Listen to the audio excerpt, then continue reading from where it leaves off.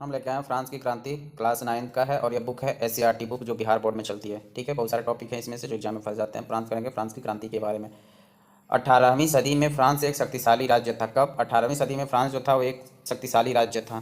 France ने उत्तरी America के विस्तृत क्षेत्र, दूसरा पश्चिमी द्वीप समूह और तीसरा अफ्रीका में मेडागास्कर के टापू पर अधिकार कर लिया था। किन किन क्षेत्रों पर फ्रांस का अधिकार था? तो उत्तरी अमेरिका के विस्तृत क्षेत्र पर अधिकार किया था किसने? फ्रांस ने। और पश्चिमी द्वीप समूह में इसका स्थान था और अफ्रीका के मेडागास्कर के टापू पर यहाँ तक इसने अधिकार कर लिया था। ठीक है, लेकिन मजबूत सत्ता की कमी थी यहाँ पे। और समस्या तो आप जानते ही हैं कि क्या समस्या है वहाँ पे फ्रांस की क्रांति में। ठीक, तो ये सारी चीज़ें हैं वहाँ पे। कौन कौन सा, मैंने एक बात और देखेंगे यहाँ पे कि अमेरिका का जो विस्तृत क्षेत्र है उस पर, यानी उत्तरी अमेरिका का विस्तृत क्षेत्र, पश्चिमी द्वीप समूह, अफ्रीका में मेडागास्कर के टापू पर।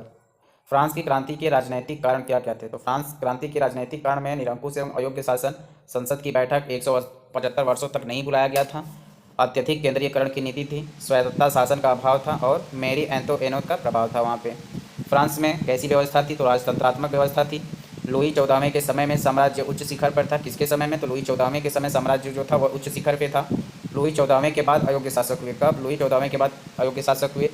सन 1774 में लुई 16वां गद्दी पर बैठता है। लुई 16वां निरंकुश और फिजूल खर्ची एवं अयोग्य था। लुई 16वां की शादी ऑस्ट्रिया की रानी मैरी एंटोइनेट के साथ हुई थी।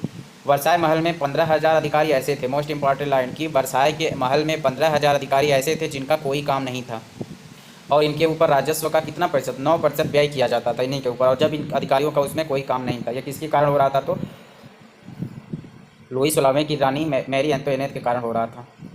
स्टेट्स जनरल जो थी वह संसदीय संस्था थी। स्टेट जनरल क्या थी? एक संसदीय संस्था थी, राजनीतिक संस्था ही बोला जाता है इसको। 1614 ईस्वी में इसकी एक भी बैठक नहीं हुई थी, यानी 1614 ईस्वी के बाद इसमें एक भी बैठक नहीं हुई थी। लुई 14वां कहता है कि मैं ही राजू हूँ। कौन कहता है कि मैं ही राजू हूँ? तो लुई 14वां कहता है। लुई 14वां कहता है एक योग्य शासक था। वह क्या है? वह एक योग्य शासक। राजा की निरंकुशता एवं स्वेच्छाचारिता पर अंकुश लगाने के लिए फ्रांस में कौन सी संस्था थी? तो पार्लमा संस्था थी। और ये पार्लमा संस्था की कितनी इकाइयाँ थी? तो ये पार्लमा की संस्था की इकाइयाँ 17 थी। और ये पार्लमा संस्था का गठन किस रूप में किया गया था? तो इस पार्लमा संस्था का गठन न्यायालय के रूप में किया गया था। न्यायाधीश का पद किसके अंतर्गत था? तो न्यायाधीश का पद कुलीन वर्ग के लिए सुरक्षित होता था, यानी कि पार्लमा में जो किस रूप की संस्था थी? तो न्यायालय के रूप की संस्था थी। और इसमें जो न्यायाधीश का पद होता है वह किसके लिए सुरक्षित होता था? तो कुलीन वर्ग के लिए सुरक्षित होता था। ये पद क्रमानुगत होते थे और राजा पैसे के बल पर इन्हें खरीद लेता था। केंद्रीयकरण की नीति की बात करें तो वर्साई में हर जगह वर्साई की राजमहल की ही प्रधानता थी। राजा के अलावा एंटोइनेट द्वारा शासन का दुरुपयोग किया जाता था और यहाँ पे स्वायत्त संस्था का अभाव था। सामाजिक कारण की बात करें तो सामाजिक कारण 18वीं सदी में फ्रांस 3 स्टेटों में विभक्त था, 3 स्टेटस में विभक्त था। प्रथम, पादरी में जितने कितने लाख थे? तो 1,30,000 पादरी थे, यानी कि फ्रांस में पादरियों की संख्या कितनी थी 18वीं सदी में? तो पादरियों की संख्या 1,30,000 थी। दूसरा वर्ग जो अभिजात वर्ग था, इनकी संख्या कितनी थी? तो इनकी संख्या 80,000 परिवार थे और 40 लाख लोग रहते थे इसमें लगभग में। तो 80,000 परिवार हो गया तो कितने लाख लोग हो गए? तो 40 लाख किसकी थी? तो 40 लाख दूसरा वर्ग का था। और तीसरा वर्ग कितना था? तो तीसरा वर्ग में 90% जनता जो थी इसी वर्ग, यानी कि किसान वर्ग कितने थे? तो फ्रांस की जनता में 60% किसान थे। नहीं, 60% नहीं, 90% किसान थे और 60% जो थी उस पर 3 वर्गों का संपत्ति का धारण किया हुआ। कुल जनसंख्या कितनी थी? तो कुल जनसंख्या 2 दशमलव यानी 2.5 करोड़ लाख थी जनसंख्या इनकी। 2.5 करोड़ में 1,30,000 कौन थे? तो पादरी वर्ग था। 80,000 परिवार यानी 40 लाख जो थे वो दूसरा वर्ग था और जो बची जनसंख्या थी वह किसकी थी? तीसरे वर्ग की थी। फ्रांसीसी क्रांति का महत्वपूर्ण नारा क्या था? तो फ्रांसीसी क्रांति का महत्वपूर्ण नारा समानता का था। किसका था? समानता का था। आर्थिक कारण की बात करें तो फ्रांस की क्रांति में जो आर्थिक कारण था असमान कर प्रणाली थी। भूमि कर, धार्मिक कर एवं अन्य सामंती कर का बोझ था, यानी कि 3 कर लिए जाते थे। भूमि कर लिया जाता था, धार्मिक कर लिया जाता था और सामंती कर लिया जाता था। ठीक, बेरोजगारी की समस्या थी यहाँ पे। गिल्ड की पाबंदी, प्रांतीय आयात कर लिया जाता था एवं सामंती आयात कर से व्यापारियों में असंतोष था। अप्रत्यक्ष कर किस में लिए जाते थे? तो अप्रत्यक्ष कर नमक और तंबाकू पर लिए जाते थे। किस पे लिए जाते थे? नमक और तंबाकू पे। सैनिक कारण क्या क्या थे? तो सैनिक कारण नियुक्ति में असमानता थी, कम वेतन का निर्धारण था और खराब भोजन की व्यवस्था थी, इसलिए सैनिक कारण भी क्रांति के लिए जिम्मेदार थे।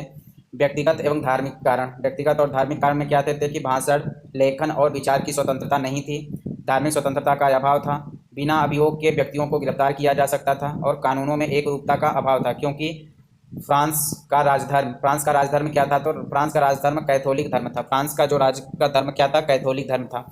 प्रोटेस्टेंट मानने वालों को कठोर सजा दी जाती थी। लेटर्स द कैचेट क्या था? लेटर्स द कैचेट पास किया गया था, यानी बिना अभियोग के गिरफ्तार करने का वारंट था। क्या था? लेटर्स द कैचेट कहा जाता था। राजा या राजा का आदमी गिरफ्तार करता था और विभिन्न क्षेत्रों में अलग अलग कानून थे, जैसे 400 कानून। यह पता ना था कि किस फैसले का चयन किस कानून के तहत होगा, तो ये पता नहीं था। लगभग 400 कानून थे। बौद्धिक कारण क्या थे? तो बौद्धिक कारण में मॉन्टेस्क्यू थे। मॉन्टेस्क्यू की पुस्तक का नाम था द स्पिरिट ऑफ लॉज, यानी विधि की आत्मा या आत्मा विधि की आत्मा। द स्पिरिट ऑफ लॉज की पुस्तक किसने लिखी थी? तो मॉन्टेस्क्यू ने लिखी थी, मॉन्टेस्क्यू ने। इसी पुस्तक में इन्होंने सरकार के 3 अंग बताए थे, कार्यपालिका, विधानपालिका और न्यायपालिका। वाल्टेयर वाल्टेयर जो था वह चर्च, समाज और राजतंत्र के दोषों का पर्दाफाश किया। यानी किस विचारक ने फ्रांस में चर्च, समाज और राजतंत्र के दोषों का पर्दाफाश किया? तो वह था वाल्टेयर। यह जनतंत्र का पक्षधर नहीं था। यानी कौन सा विचारक था जो जनतंत्र का पक्षधर नहीं था? तो वह था वाल्टेयर। वाल्टेयर जनतंत्र का पक्षधर नहीं था। मोस्ट इंपॉर्टेंट क्वेश्चन इसमें से 2 हो गया। अभी क्या है कि चर्च, समाज, राजतंत्र के दोषों का पर्दाफाश किसने किया? तो वाल्टेयर ने किया। और वाल्टेयर जो था वह जनतंत्र का पक्षधर नहीं था। जब वाल्टेयर का क्या मानना था कि वाल्टेयर का मानना था कि राजतंत्र प्रजाहित में होनी चाहिए, राजतंत्र होनी चाहिए, लेकिन किस में होनी चाहिए? प्रजाहित में होनी चाहिए। और ये प्रजातंत्र जनतंत्र के शासन का पक्ष नहीं लेता था। मॉन्टेस्क्यू और वाल्टेयर सुधार चाहते थे। मॉन्टेस्क्यू और वाल्टेयर सुधार चाहते थे, लेकिन रूसो जो था वो पूर्ण परिवर्तन चाहता था। कौन सा विचारक था? महत्वपूर्ण लाइन हो जाएगी। कौन था विचारक था फ्रांस में जो पूर्ण परिवर्तन चाहता था? तो पूर्ण परिवर्तन रूसो चाहता था। यानी पूर्ण परिवर्तन रूसो, रूसो रसो, रसो पूर्ण परिवर्तन, यानी पूरा रस चाहिए हमें। तो पूर्ण परिवर्तन कौन कर रहा है? तो रूसो कर रहा है। और सुधार कौन चाहते थे? तो मॉन्टेस्क्यू और वाल्टेयर सुधार चाहते थे।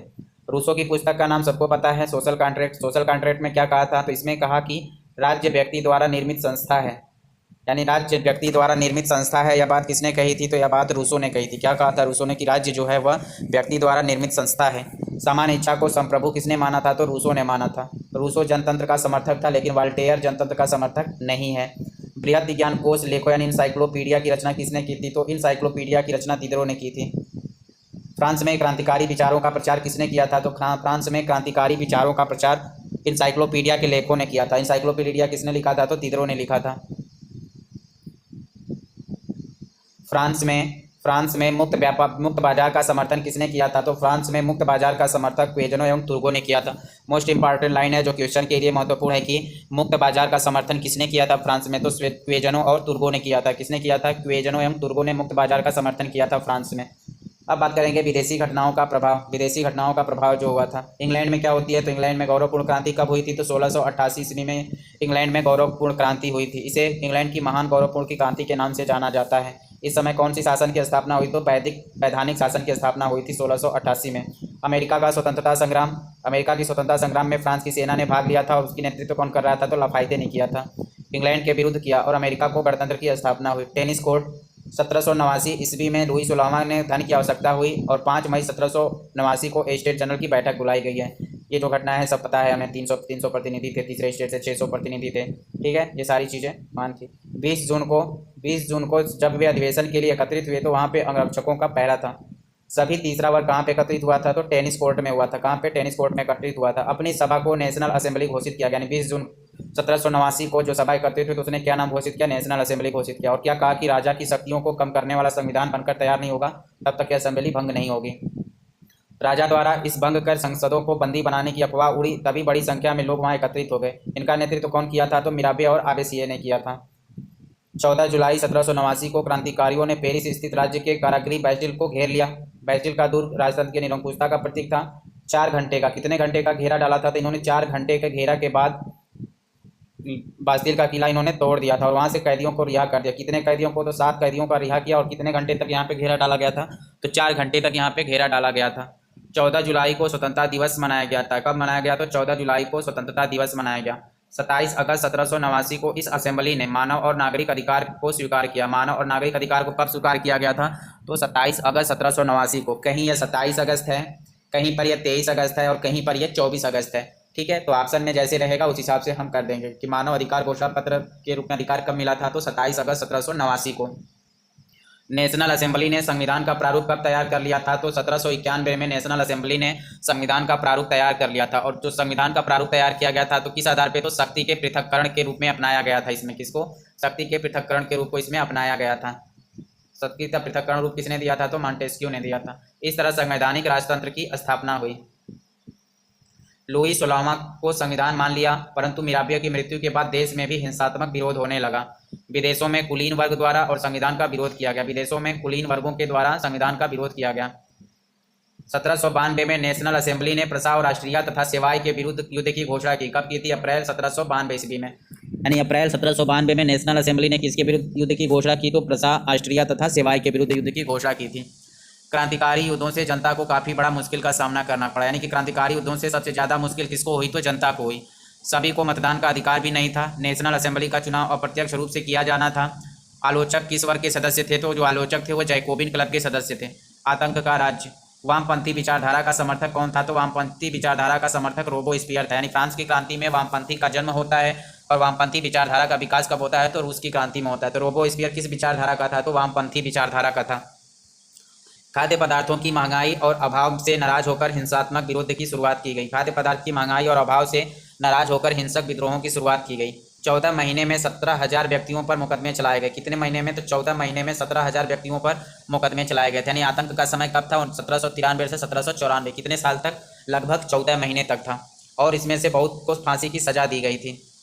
रोबोस्पियर किस तंत्र का पोषक था? तो रोबोस्पियर प्रत्यक्ष प्रजातंत्र का पोषक था। प्रत्यक्ष प्रजातंत्र का पोषक कौन था? तो रोबोस्पियर था। रोबोस्पियर ने क्या किया कि 21 वर्ष से अधिक उम्र वालों को मताधिकार दिया गया, चाहे उनके पास संपत्ति हो या नहीं हो। यहाँ 21 हमें ध्यान देना है, 21 होगा, ठीक है। 21 सितंबर 1792 को नवनिर्वाचित असेंबली को क्या नाम दिया गया? तो 21 सितंबर 1792 को नवनिर्वाचित असेंबली को कन्वेंशन नाम दिया गया। इसमें राजा की सत्ता को समाप्त किया गया। लुई 16वें पर देशद्रोह का मुकदमा चला और लुई 16वें को 21 जनवरी 1793 को फांसी दे दी गई। बाद में 16 अक्टूबर 1793 को मैरी एंटीएनेट को भी फांसी दे दी गई। रोबोस्पियर द्वारा स्थापित आतंक का राज्य कब अपने उत्कर्ष पे था? तो रोबोस्पियर द्वारा स्थापित आतंक का राज्य अक्टूबर 1793 में अपने उत्कर्ष पे था। कब था अपने उत्कर्ष पे? कब था? तो अक्टूबर 1793 में अपने उत्कर्ष पे था। कन्वेंशन द्वारा राष्ट्र की एकमात्र भाषा क्या घोषित की गई? तो कन्वेंशन द्वारा राष्ट्र की एकमात्र भाषा फ्रेंच घोषित की गई। किसके द्वारा? कन्वेंशन के द्वारा। कानूनों का संकलन करवाया गया। उपनिवेश में गुलाम बनकर भेजने का प्रथा समाप्त किया गया। नया राष्ट्रीय कैलेंडर जारी किया गया। नया राष्ट्रीय कैलेंडर कब जारी किया गया? तो नया राष्ट्रीय कैलेंडर 22 सितंबर 1792 को लागू हुआ। कब लागू हुआ नया राष्ट्रीय कैलेंडर? तो 22 सितंबर 1792 को लागू हुआ। प्रथम पुत्र के उत्तराधिकारी बनने की प्रथा भी समाप्त की गई इस समय। इन सभी को रोबेस्पियर को सर्वोच्चता के रूप में प्रतिष्ठित किया गया था।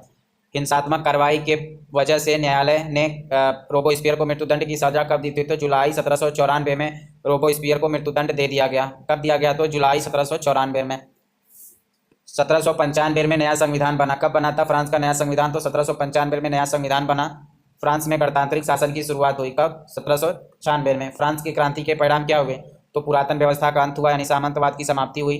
धर्मनिरपेक्ष राज्य की स्थापना हुई। जनतंत्र की स्थापना हुई। व्यक्ति की महत्ता की स्वीकृति मिली। नेशनल असेंबली ने ऐसा पहली बार किया था। समाजवाद का प्रारंभ हुआ। जैकोबिन्स ने किसका पक्ष लिया था? तो जैकोबिन्स ने गरीबों का पक्ष लिया था। व्यापार वाणिज्य में वृद्धि हुई। 19वीं सदी में फ्रांस इंग्लैंड के बाद दूसरे स्थान पे था।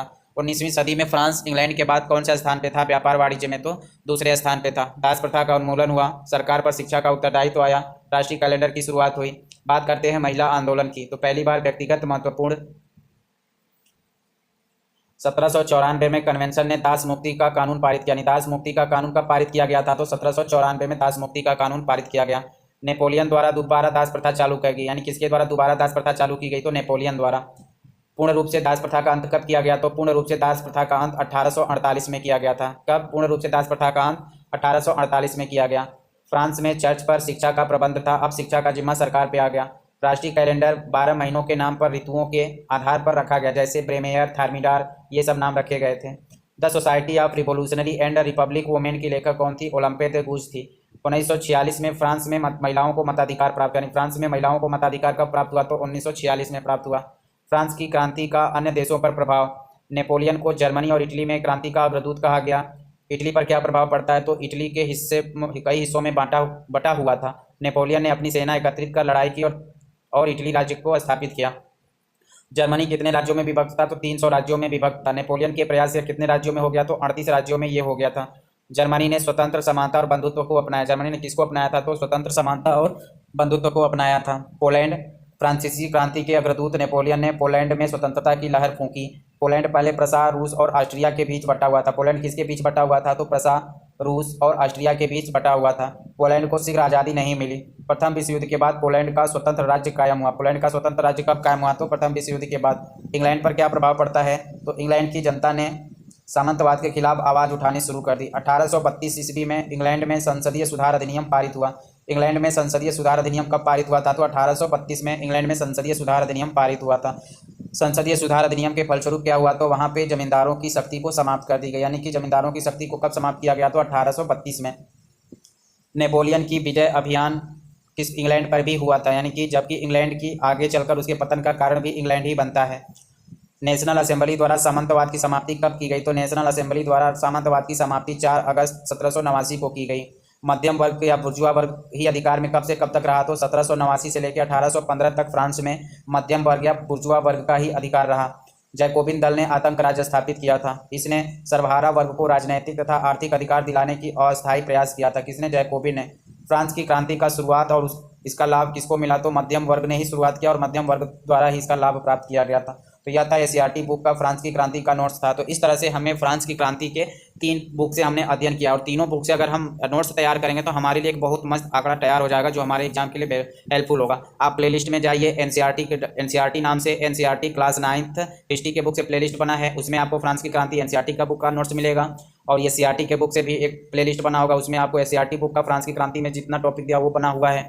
और वर्ल्ड हिस्ट्री यानी विश्व इतिहास के नाम से प्ले लिस्ट बना हुआ है, उसमें आपको फ्रांस की क्रांति में बहुत ब्रॉड में बना हुआ है। मतलब कि जिस लेवल का आप एग्जाम दे रहे हैं, आप टीजीटी का एग्जाम दे रहे हो तो ये एनसीईआरटी और एससीईआरटी का बुक पढ़ लीजिए है। और वर्ल्ड हिस्ट्री का पेपर देना है जैसे पीजीटी का है तो आप वर्ल्ड हिस्ट्री वाले प्ले लिस्ट में जाकर वहाँ से आप देख सकते हैं। तो इस तरह से वर्ल्ड फ्रांस की क्रांति का हमने 3 टॉपिक, इसी तरह से वर्ल्ड हिस्ट्री के जितने भी है, एससीईआरटी में वर्ल्ड हिस्ट्री दिया है उसका अलग प्ले लिस्ट है, एनसीईआरटी का अलग प्ले लिस्ट है और वर्ल्ड हिस्ट्री का अलग प्ले लिस्ट है। तीनों में से और तीनों में अलग एक ही टॉपिक है लेकिन अलग अलग उसमें चीज़ें हैं और उसको हम समाहित करके एक अलग नोट्स बना के और चीज़ों को कंक्लूजन करके हम चीज़ों को समझ सकते हैं और बेस्ट रिजल्ट दे सकते हैं। ठीक है, धन्यवाद।